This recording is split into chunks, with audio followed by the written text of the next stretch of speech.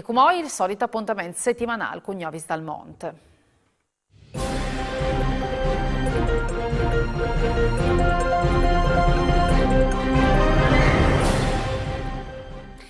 E fa fieste per i 95 anni di vita la Sociedad Furlana di Buenos Aires, il più vecchio fogolar furlante al forest che condutte che entimo la pandemia ora tendur a organizzare avvenimenti e corse di lenghe furlane.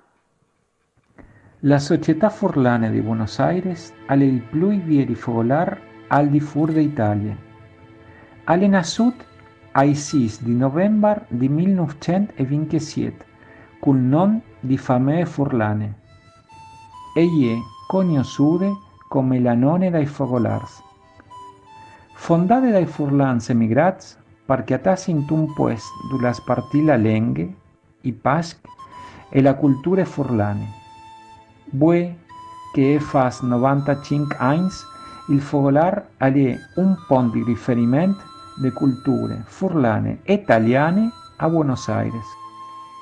Mandi Furlans, mi chiami Galliano Remo de Agostini, o sono nato a Tresesin in provincia di Oden, o emigrai in Argentina dal lontan 1952 e subito mi sono fatto soci de Società Furlane di Buenos Aires.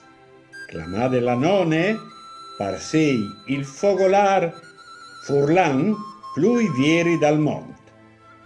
Dal fogolar, tra le svariate attività sociali che ho portato in davanti il laboratorio di furlan di lung 17 anni. Alle per me un onore e un piacere salutare a tutti i furlans sparnizzati attorno al mondo, con un gran mandi di cura. Prima della pandemia la sede era sempre attiva. Corsi, conferenze, concerti, incontri di teatri, cine e di degustazione di pitanci furlani. Ma non si è fermato con il lockdown. Al laboratorio di Furlan dal mestre Galliano de Agostini, dal 3 di aprile di 2020 si sono sontati 5 corsi di Furlan di zero online, con più di 70 arlef di tutte le Argentine e il mondo.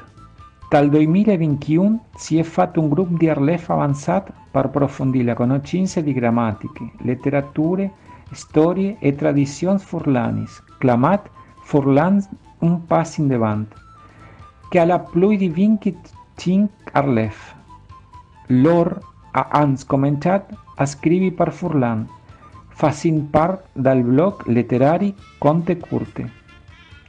Con di più, Leonardo Giavedon ha avuto una menzione dal premio letterario Renato Api, con una poesia dedicata allo scrittore di Cordenons. Andi, o soy Augusto Bornanchín, o soy nacido a Buenos Aires e ho 48 anni. Mio pari, Tunín, ayer è nacido a San Miguel del Tilimento, dal Friuli storico.